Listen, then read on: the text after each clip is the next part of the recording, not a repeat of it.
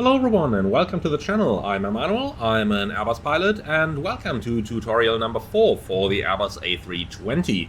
In this tutorial we are going to do our FMS setup, and we are then finally going to finish our cockpit preparation by setting up the FCU and EFIS control panels, and last but not least conducting the oxygen check.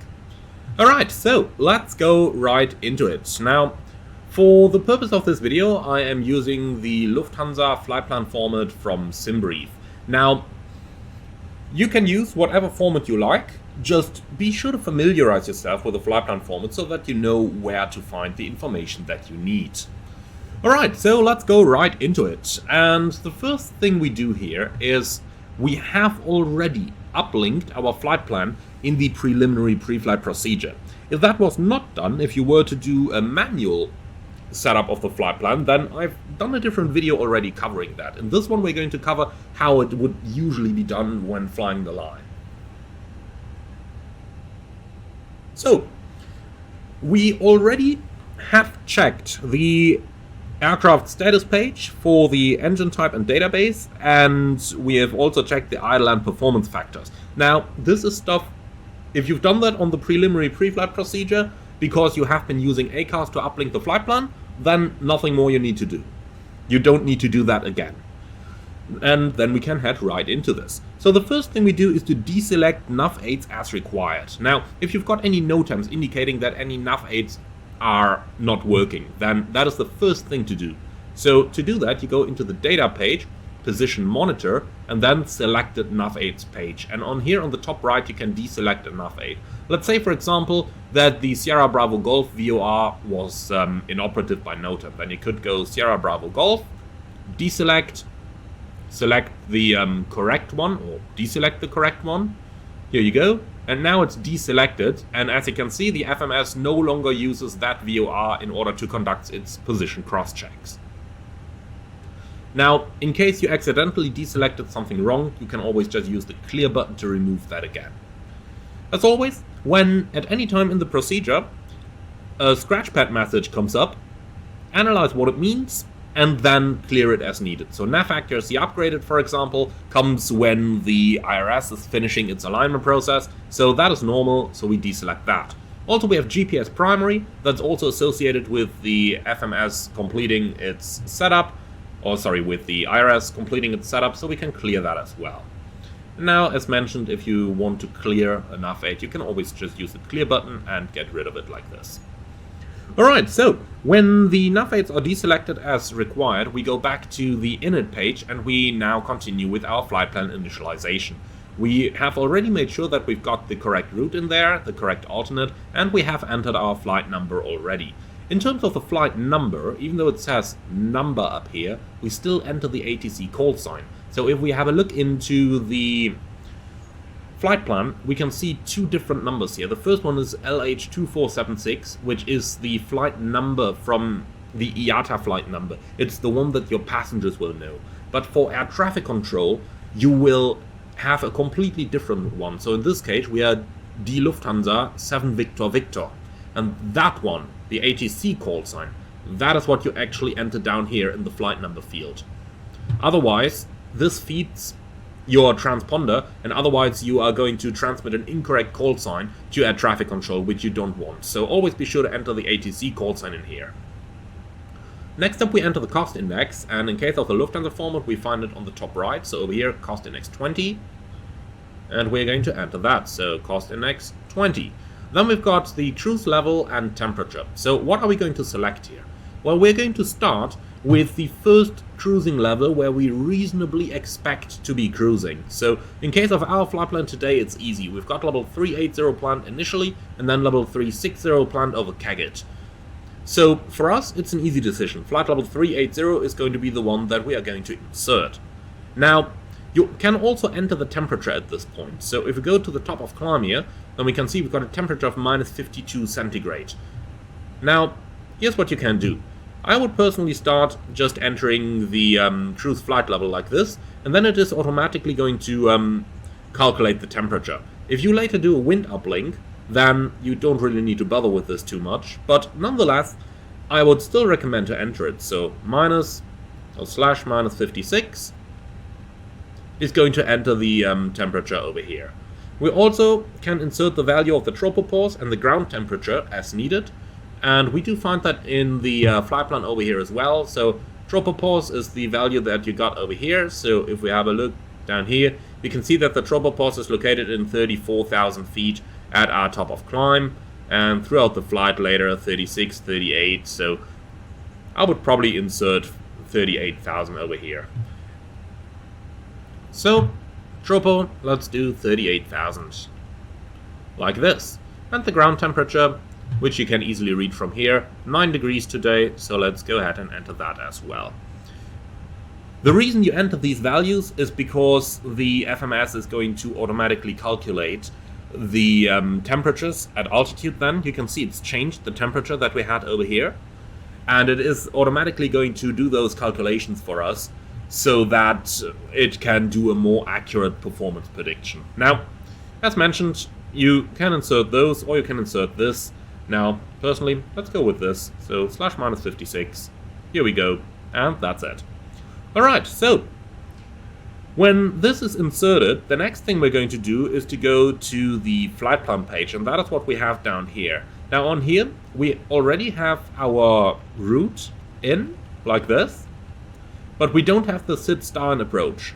So what we are going to do is select the lateral revision of the departure airport. So lateral revision is always the left keys, vertical revision is always the right keys. And depending on which one you use, you're going to access different menus. So for us, it's going to be the lateral revision over here, next to the departure airport, like that. And that brings you onto the lateral revision from that waypoint. And if the waypoint is an airport, then you have the departure page over here, which is what we're going to select. So select departure, and now we're going to choose our departure runway. Now, if we have a look in our SimBrief flight plan, we can see that we're planned on runway 36 right. In the real world, you would always confirm that with air traffic control. Likewise, the SID, you'd always confirm that as well. You would, for example, get that from your departure clearance, or if you're at an airport that uses an ACDM, you would, for example, also get it from the docking system up here. So for us today, 26 right and the Give Me 1 November departure are confirmed. So we are going to select it down here now, available runways. Note that you can scroll through the list using the arrow keys if there is more than 4 runways available. So 26 right is going to be our departure runway. And now for the SID, the same thing. You can scroll through the page using the arrow keys, as is indicated by the arrow down here. And interestingly enough, this somewhat follows a bit of a reversed logic. So the arrow up key is going to scroll the list down. Or in other words, the list is moved up so that you get to the lower part. So that's a little bit of a reverse logic that you need to learn at first there. But once you get used to it, it actually becomes rather intuitive. Okay, so the SID we have is the Give Me 1 November, and we're going to select this. And now, if transitions from that SID would be available, as is the case, for example, in the United States, then those would show on the right as well.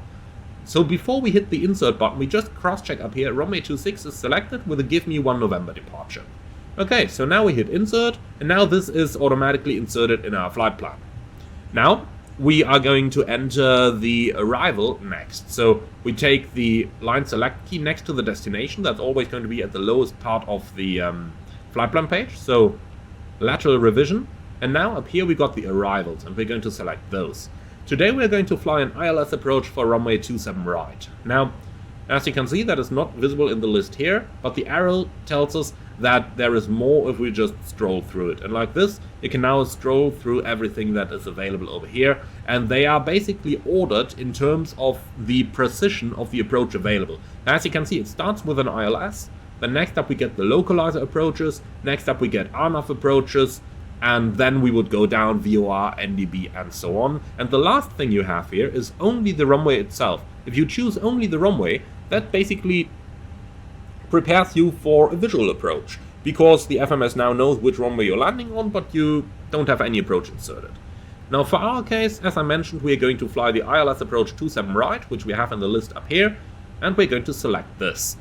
Now, next we're going to select our star, And if we have a look into our flight plan, then we can see that we've got the Logan 2 hotel arrival that we're going to fly today. So let's move back down here, and we're going to scroll down the list until we find the Logan 2 hotel. And here it is. So we're going to select this from the list, as you can see. Now, with this, we have our approach and we have our star. If there were any transitions available to the star, and with that I mean transitions from an airway to the beginning of the star, not transitions from the end of the star to the approach, that is going to be a separate thing. Sounds a bit confusing, I know. This is mostly relevant for our friends in the United States now. If there were any transitions available for the star, that would show over here and down here. Do not confuse the term transition here with what is referred to as a transition in terms of air traffic control. Those you're going to find under the Approach Via page. So over here, if you click Approach Via, this is where we find the transitions from our charts. So over here, we can now select those, and Airbus calls them Approach Vias, but it's basically the same thing. So there is a little trick that you can use if you don't know which one to select. If you have a look at your colleague's FMS and go to the end of the flight plan. So we go to the flight plan, and either we scroll down to the end, or if you just want to take a little shortcut, press the airport button. That's going to bring you right down to the next airport on the flight plan. Then you will see that you've got the approach over here, since we selected that already in here. And if we then scroll up a bit, then we can kind of see where that star that we have previously inserted. You can see Logan 2 Hotel up here, that's our star, and it ends at the Lamborn VOR, Lima Alpha Mike. So if we now go into the vias over here and just select Lima Alpha Mike as an approach via, now you can see it's going to fill that out in here as well in our flight plan. So once you're verified that all the values you have selected up here equal what you want to insert, press the insert button, and now this is being inserted in our active flight plan. Now, if your flight plan included any planned step climbs or step descents, we would insert them at this point as well. So, for example, to do that, you go onto the vertical revision, so this is the right LS case now, of any given waypoint. And then down here you would find a step altitude menu. If you clicked on that over here, you could enter step climbs and step descents. And in order to calculate an optimum step climb, you would only enter the altitude without the associated waypoint. So to give you an example of how that works, if you look over here, we're planned for flight level 360 over the waypoint Kagit, and that is a step descent, as you can see. So what we are going to do is we are going to insert 360/Kagit, like this, insert it over here, and like that, you can now insert your step climb or step descent into the flight plan. Alright, here we go. And now it's inserted, and the airplane will take that into consideration.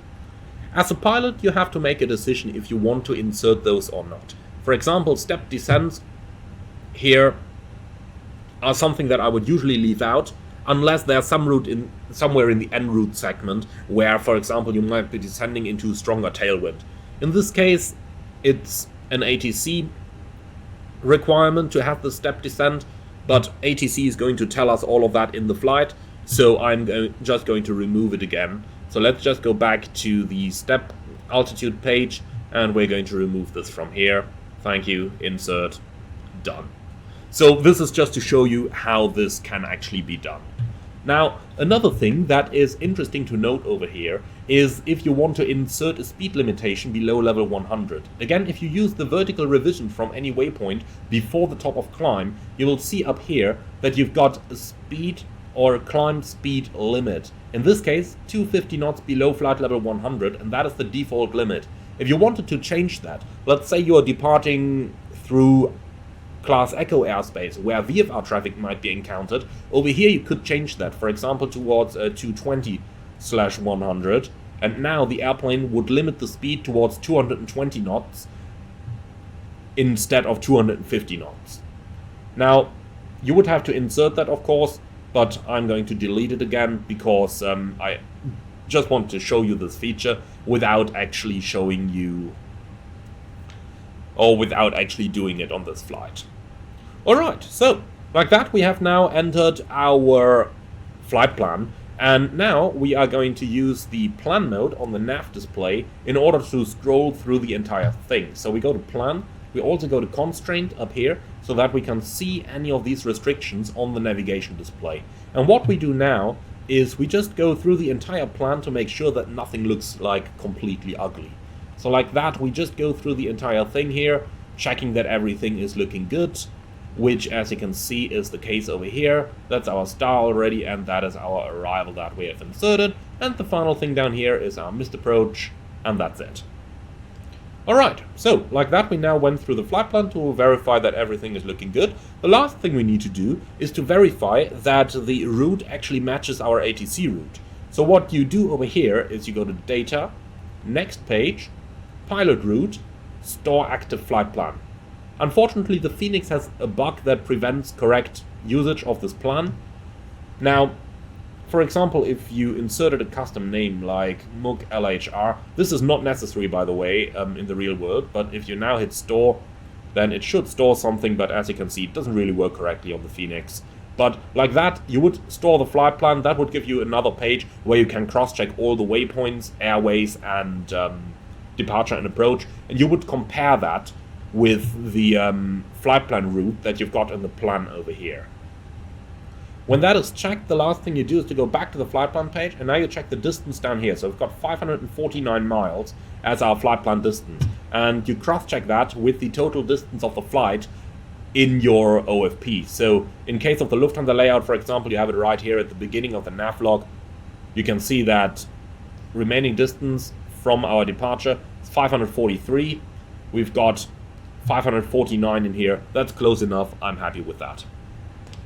Alright, so with that, our flight plan is now inserted. The next thing we're going to do is to insert our engine out procedure. And for the engine out procedure, I can very much recommend the website of fellow YouTuber Blackbox711. And you can find that website on blackbox711.com. Let me quickly show you that one on the screen. So very much recommended. He's a really good guy there. So here we go, blackbox711.com. From the top we select airport info, brings us on this page, and then we can select the airport in question, in our case Munich. And down here, he's actually got engine failure procedures located on here. So that's a very useful thing for us to use. So in our case, runway 26 right, acceleration in 3000, and the engine outset is track 260 until 25 miles and hold. Alright, and that is what we are now going to program in the secondary flight plan. So we start right down here on the secondary flight plan key. We press the copy flight plan or copy active button, and that is going to copy the active flight plan into the secondary. Next up, we are going to insert our engine out procedure. Now, if you're wondering about some of the naming conventions and stuff that I am including here, I have actually done a separate video where I go into really deep detail on these. The thing you need to know is we have our emergency points. The name starts with the IATA code of the airport, so MUG in this case, X for emergency, and then you assign a number to it. For example, X4 in case of runway 26 right. In the real world, you will insert that on the top line here, so right below the airport. In the Phoenix, unfortunately, that doesn't work. That is bugged. That would break the entire secondary flight plan, so we inserted one line lower. If the waypoint is not known, because it is not in the database, then we get to the new waypoints page, and this is where we can make a custom definition. Now you will remember that we are supposed to fly on the runway track 260 for 25 miles.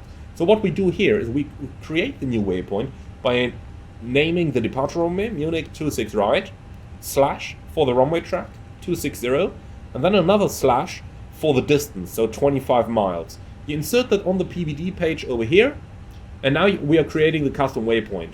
Hit the store button, and now the waypoint should already be included in the secondary flight plan. So if we now go in here, we should have it in here.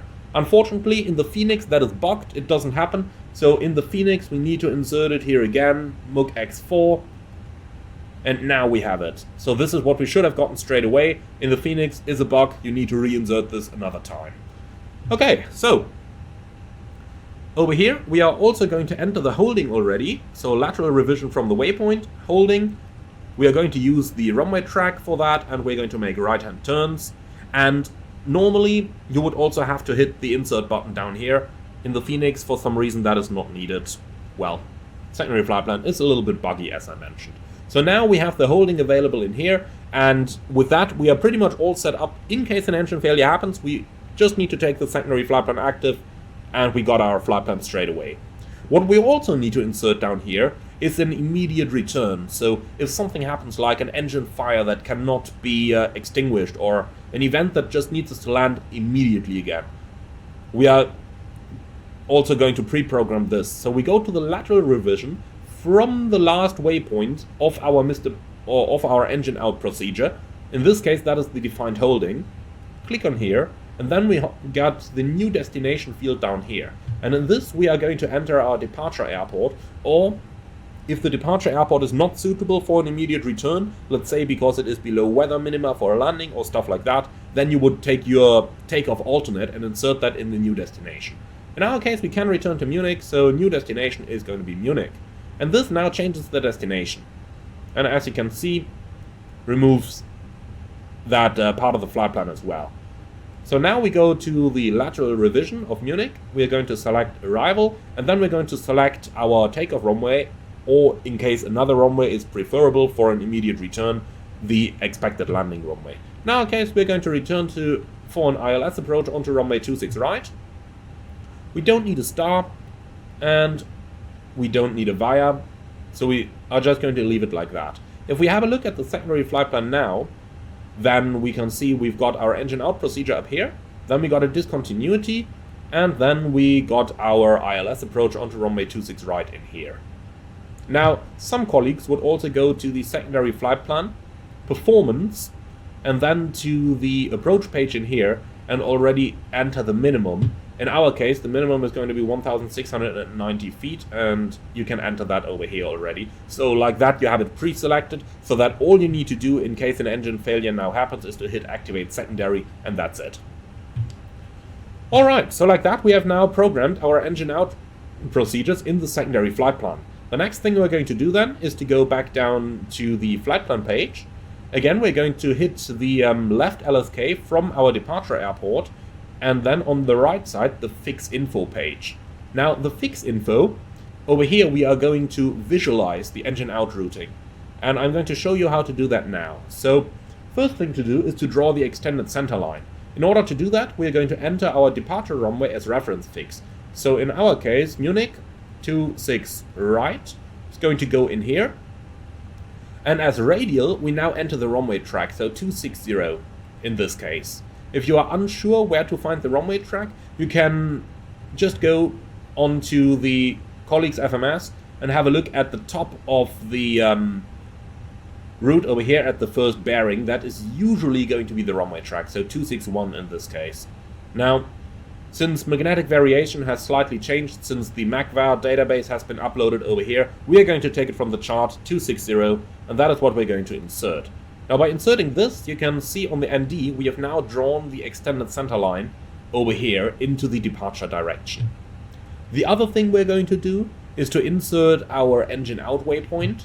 So if we go next page, we can enter the next fix, and in here we're going to take the waypoint that we just created. So in our case, Munich X4, insert that in here. And if we now have a look at our nav display, we can see that now we've got the extended center line, and then we also got our point where we're going to pick up the holding over here visualized. So like that, we have it immediately available, even if for whatever reason we are so busy that we can't take the secondary flight plan active, even though that shouldn't happen, but for whatever reason, if you need it, you've got it available over here. Alright, and that basically concludes our setup of the flight plan itself. Now, from here we can go on with our setup by selecting the nav aids that are required. So in our case, we go onto the RadNav page, but as you can see, we don't really need any nav radio because it is a complete RNAV departure that we're going to fly. Let's have a quick look at the departure chart, and I'm going to give you a couple of suggestions of how you could tune your nav aids if you really wanted to. So, departure, and we do have two types of charts available here. You got the RNAV charts and the non-RNAV charts. In our case, if we have a look into the non-ANAV charts, if we can even find some for this departure. Let's see, give me 1 November. So if we had a look over here, you would get an example, give me 1 November, straight ahead 3.5 DME from Delta Mike November, and then it would be a right-hand turn onto a heading of 299, or intercept the radial 119 inbound to Valda VOR, until 15.2 DME Valda, and then it's a right-hand turn, and we're going to continue with our area navigation or ANAV procedures over here. So if you wanted to make a backup of the radios for the SID, again, this is not required by Airbus. As long as you have GPS primary, you don't need to do this, but it is still good practice to do it. So we can take Delta Mike November, and then later on we need Valda VOR for our inbound track over here. So we could simply select, for example, Delta Mike November on VOR number 2, so DMN. The reason I'm putting this in VOR 2 is because I want to use the VOR side on my side then for the inbound tracking here towards Valda VOR. So we're going to tune Whiskey Lima Delta in VOR number 1, and you cannot access the opposite side on the more detailed display on your side. I'm going to show you that now. So Whiskey Lima Delta is selected, and the inbound course would be 299. Note that you are officially flying this on a heading. As you can see over here though, radial 119, and the turning point is defined right on that. So this is basically more or less the bearing 299 inbound to Valda VOR. For that reason, you could tune it down here. So 299 onto the course. And now, if anything happens that you lose ANAV capability on your departure, you could always just go ahead and fly on the runway track till 3.5 miles, then make a right-hand turn heading 299, which then also should intercept you onto the radial inbound to Valda VOR, which we have now prepared on the nav display on our side.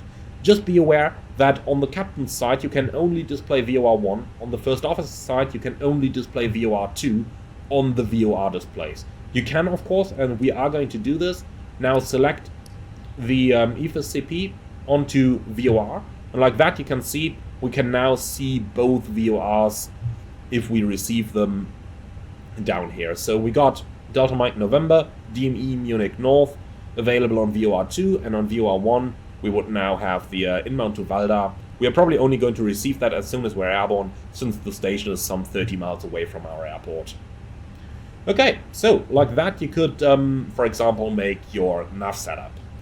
Now, next up we move to the progress page, and here we check that we got GPS primary and a high accuracy. Note that if your IRS alignment is still in progress, you might not get those. So only once your IRS alignment is complete, you're actually going to get these. Also, what we do is on the 2 prompt over here, we're going to enter our departure runway, so Munich 26 right. The reason we do this is in case we need to fly an immediate return, we immediately got the bearing and the distance of our runway available for us. Alright, so like that we are now done with the lateral part of our flight plan. Now let's get to the performance part, and for this one we go onto the init page and then we press the arrow to the right. Note that this page is only accessible when your engines are shut down. If the engines are running, then pressing this is going to redirect you towards the fuel prediction page that you've got down here. So, init, next page, and over here we can now enter our performance information. Now, what we enter over here depends on our phase of flight and what information we have available. For example, if we go to the ACARS now, so MCDU menu, ATSU, AOC menu, received messages, you will see that since I'm taking such a long time to explain everything, the entire pre-flight process is finished already. So for that reason we have both our preliminary and our final load sheets available to us. Now let's assume that you are a little bit faster than I am right now, and you only have the preliminary load sheet available or no load sheet at all. If you don't have any load sheet at all, you would just take your figures from the flight plan. So if we have a look into our flight plan, we can see our zero fuel weight prediction over here, always rounded up, so 57.845 becomes 57.9. And since you don't know any CG values yet, you would enter 25. So In this case, 57.9/25, and you would insert that up here. For the block fuel, you would simply enter the amount of fuel that you have ordered. So in our flight today, 6.9. But if you have more accurate data available, by all means do use those. We do have more accurate data available because we have already gotten our preliminary and even our final load sheet. For the purpose of the tutorial, let's start with a preliminary load sheet, as that is what you would normally have available at this point in the flight. So on the preliminary, there is a little bit of data that is relevant for us. I did an extensive tutorial already on the topic of load sheets, which I'm going to link in the video description below if you're interested. Now, to make it quick, for us today, what's interesting is the zero fuel weight. So again, 57,845 is our forecast zero fuel weight, and we round that up to 57.9. So 57.9 slash, and on the next page, so if you hit the arrow, then over here you can see that we also have a forecast zero fuel weight CG already, which is 31.4, and we are going to insert this over here. So 31.4, and we can insert that up here. Now, next up we're going to enter our block fuel. The Airbus has a feature through which it could do the flight planning part for you. So if you hit the fuel planning part now, then it would calculate the fuel required. We don't need to do that. We do have a full operational flight plan available, and we know what we have ordered. So we ordered 6.9. You can see our APU has been using a little bit. So let's round down 6.6 over here, which is still more than the required minimum fuel. So if we just insert 6.6 into the block fuel, then it now calculates the takeoff weight for us, 64.3. We compare that with our preliminary load sheet, 64.6 in here. Well, can be explained by the block fuel being a little bit less than what we have actually expected before pushback. So we're good to go with that. That is close enough, so we can hit the accept prompt over here.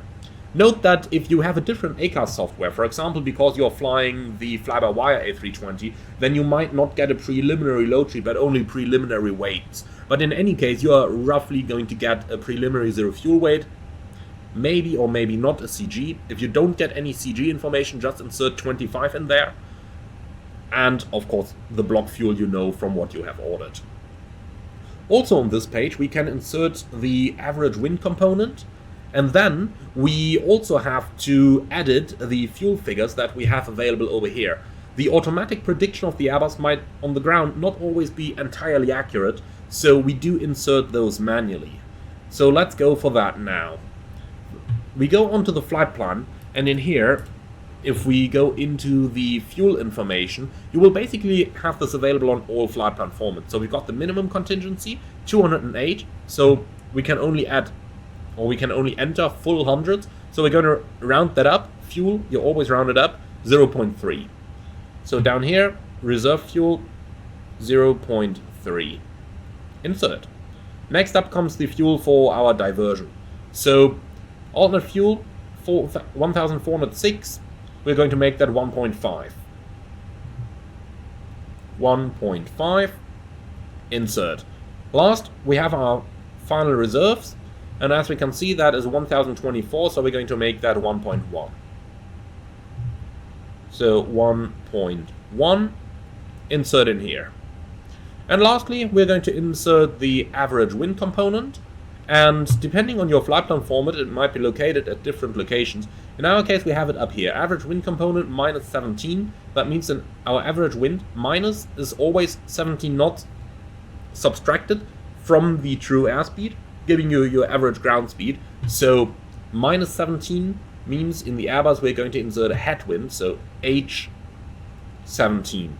If it tells you plus something on the wind component, you would enter T17 as 17 knots of tailwind. Alright, and that basically concludes our fuel prediction. What is worth mentioning over here is that the prediction on the ground is not 100% accurate. So over here we've got 400 kilogram of missing fuel indicated. You don't need to worry about that. If it shows you a negative value, on the ground it's not entirely accurate. In flight you're going to get a completely different value. So if we look at it over here, then minus 400, that does give us a reason to think about what we have loaded, But if you compare the block fuel that you have on board with the amount of fuel that we have as a minimum on the flight plan, that is sufficient for our cross-check. So you can see we need minimum 6.1 plus 300 kilos taxi, so minimum is 6.3 to go off block, and as you can see we have more than that, so that is sufficient. Okay, so from here on the last thing we got to do is to head on to the performance page, and over here we are going to enter the information that we have already calculated in our pre-flight procedures. So let's go ahead and do that. And we can find that information in the EFB again on our takeoff performance calculator. Depending on the Airbus add-on you use, that might look different. Okay, so for us today,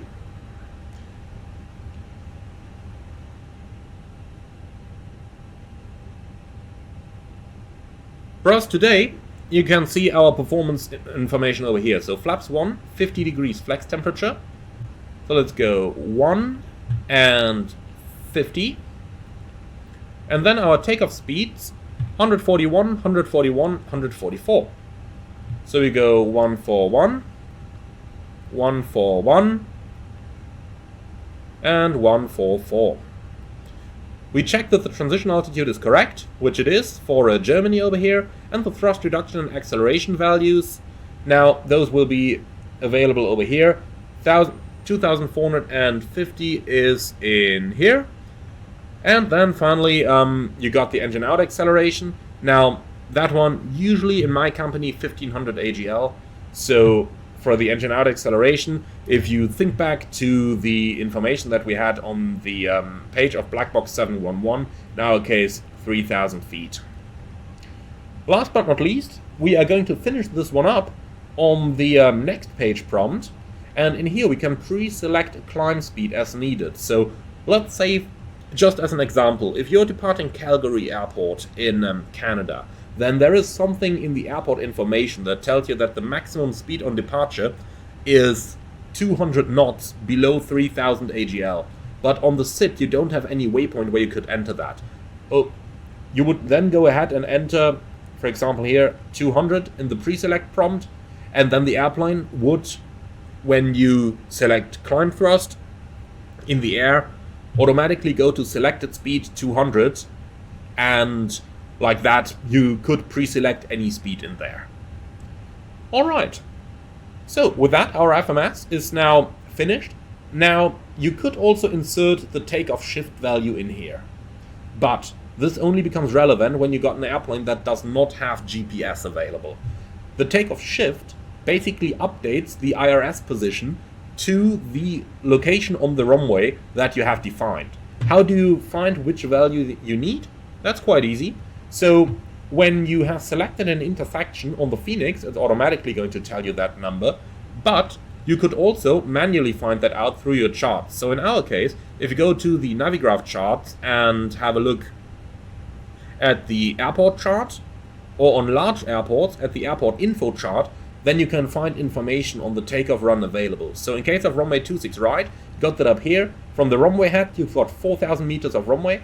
From intersection Alpha 12, which is the one we selected, you have 2,780 meters. So 4,000 minus 2,780 gives you 1,220, and 1,220 would then be the number to enter on your takeoff shift. So it is the deduction of the runway from the intersection you have. So basically the length of runway behind you. So we could enter 1,220 in here if we plan to take off from there. So now we've entered all that stuff in the FMS. Now we need to check that everything we have from the database is correct. So what are we going to do? Well, first of all, let's grab the departure chart that we need. So if you go on to departure, let's find the Give Me One November. I have already pinned the non-ANAF version, but let's find the ANAF version, since that is the one that's going to be relevant for us. So going down here, just gotta find it real quick. Here it is, Give Me One November, ANAF overlay. And this is what it looks like. So what we're going to do now is we compare what we have in our FMS with what we have on the chart. And the easiest way to do that is to go to the plan mode, have constraints selected, and like that we now simply compare the chart with our route. So we can see we are departing 26 right, the first waypoint Delta Mike 060, maximum 220 knots. In here, Delta Mike 060, and the restriction of 220 knots is shown there on the nav display already. Now, as you can see, you really want to check that on the nav display, because as soon as you have entered your weight information, the FMS is just going to show you the prediction of what it actually wants to have, instead of the restrictions you have in here. You can always still access those pages by going to the vertical revision of a waypoint. So for example, Delta Mike 060, we can see the plane wants to be at 176 knots over there.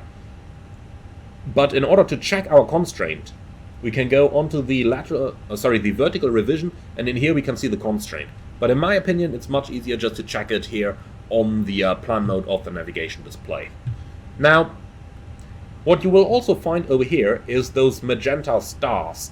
And these stars are basically telling you there is a restriction behind the number showing here, and if it is magenta, it tells you I am able to meet this restriction. So if the star was amber, like our EFOP down there, if the star was amber, that would tell you I'm not able to make the restriction. Okay, so we checked Delta Mike 060, and then if we're on the plan page up here, if we're using the arrow keys to scroll through the flight plan, then we can scroll through all the waypoints here. So as you can see, the next waypoint, Delta Mike 063, 250 knots. As you can see in here, our next waypoint, Delta Mike 063, maximum 250 knots. Then it's going to be a right-hand turn towards Give Me. There is a little point here, 6.6 prior to Give Me, and that is where we do get a minimum en route altitude added to the chart. If that is missing from the FMS, don't be surprised about it. Since it doesn't really have any constraint, it might be left out in the database like it is over here. That's nothing to worry about. As you can see, 063 onto Give Me, and that is what we have. Now the next thing that we take from the chart then is the initial climb clearance, flight level 70, and that one we can insert now up here on the FCU. Now 70 is in. Some colleagues would, for example, tune 100 feet below that in order to visualize that you have not yet gotten ATC clearance, and then only set it to the actual cleared altitude as soon as ATC clearance is received. So in this case, the IFR en route clearance. But that is not official Airbus procedure, just something I want to give you along. Apart from that, we make sure that the flight directors are turned on, and then you basically want everything dashed out except for the altitude. And looking down at the FMA on our primary flight display, what this is going to show you is basically you've got climb and nav in blue, and flight directors 1 and 2 engaged. If you only had a single flight director, for example, you would see something like this, dash FD2. So like that, make sure that both flight directors are actually on. Alrighty, so from here on, we set our EFIS control panel as needed. Now Airbus normally recommends that you have the range selected to the next turn you need to do. So for us, minimum range gives us the first turn, so that is what the range is actually set to over here. But you might use a larger range if you had a long straight sit. In my opinion, for the initial liftoff, I want it on the minimum range because it gives me the greatest accuracy down here on the nav display. Select the mode as needed. Normally arc mode is used for operations. Nav mode, even though it does give you the entire map, is possible, but not recommended, since who cares what is behind you. It might be good to see approaching traffic on the TCAS to know how far the approach is out, but then again, that is not your problem, that is air traffic control's problem. So arc mode is usually the one recommended. We are also going to set up our QNH over here, so we said we have a QNH of 1029, and we need to make sure that it is set on both sides, otherwise the Airbus is going to give us an ECAM warning within a short period of time anyway. I'm just quickly going to set up our FO's display over here. Now, of course, every crew member would set their own EFIS control panel, so for us as a captain and pilot flying, we would do the FCU and the EFIS control panel, and that's it. So when all of that is done, we would go ahead and conduct the oxygen check, thereafter the instrument check, and then we're done with the pre-flight procedure. Now, before you do the oxygen check, make a quick call on the interphone to make sure that there is nobody plugged in and listening on the ground, because it can get really, really loud when you do that check. So you would do it like this. Ground from cockpit. Go ahead. So we are doing the oxygen check. Be aware of your ears and loud noises if somebody is plugged in. If you don't get any answer, you just transmit on there like ground from cockpit. No answer. Perfect. Fine. Okay, so the way we do the oxygen check is as follows. You make sure that you're transmitting on the interphone and that the volume of the interphone is turned up. You select the intercom button on and you make sure that the speaker is turned up. Now we go to the oxygen mask and we press the test button. And now you should not only hear oxygen over here, but you should actually also hear it from your loudspeaker over here. What are we doing with that? We're testing the oxygen mask. Because there is a microphone built in down here, which we are testing. Now in the real world, there are two different possible settings that you have on here. If you just click and hold the button without the red button pressed down, you should only get a single oxygen chime, like, and that's it. And then if you press and hold the button down here, and then you hold the test button, then you should get the continuous flow for at least 5 seconds. And that is what you check on all the oxygen masks that are needed on the flight. When the test is complete, you deselect all of this again, because you don't want to accidentally transmit. And that is the test of the oxygen mask.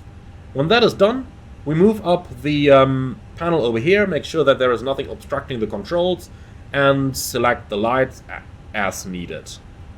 Now, when you're going over the brightness selector of the nav display, always pay particular attention that the outer, the larger ring, is fully turned up, as that is the brightness of the terrain display or the weather display later.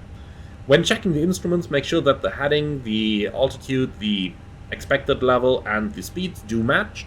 And finally, make sure that the position matches on our nav display, but do not select the terrain overlay yet. That is going to be done later during the taxi procedure. Alright, and this basically concludes our setup. So this was a rather lengthy one. I do hope that you stuck with me all the way to the end, but with this you have pretty much gotten any information that goes into the FMS setup and the succeeding procedure. I would like to say thank you very much for sticking around, hope that you've learned something on this one. If you did, be sure to let me know in the comments below. I would like to say thank you very much for watching, hope that you learned something, and if you're up for more, don't forget to hit that subscribe button to be notified of future videos. If you really love what I'm doing, I would appreciate a small donation through the Buy Me Coffee link in the video description below, and until then, I would like to say thank you very much for watching, and I see you all again on the next one.